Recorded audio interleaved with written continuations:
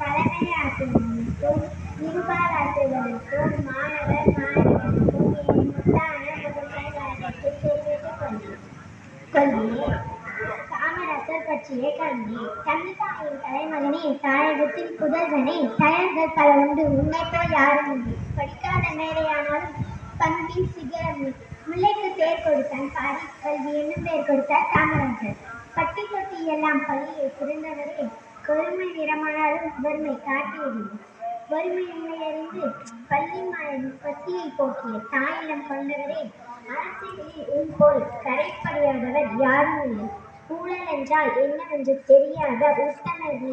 கல்வியை பற்றி பேசினால் சரித்திரம், உனது பெயர் இல்லாமல் சரித்திரம் இல்லை.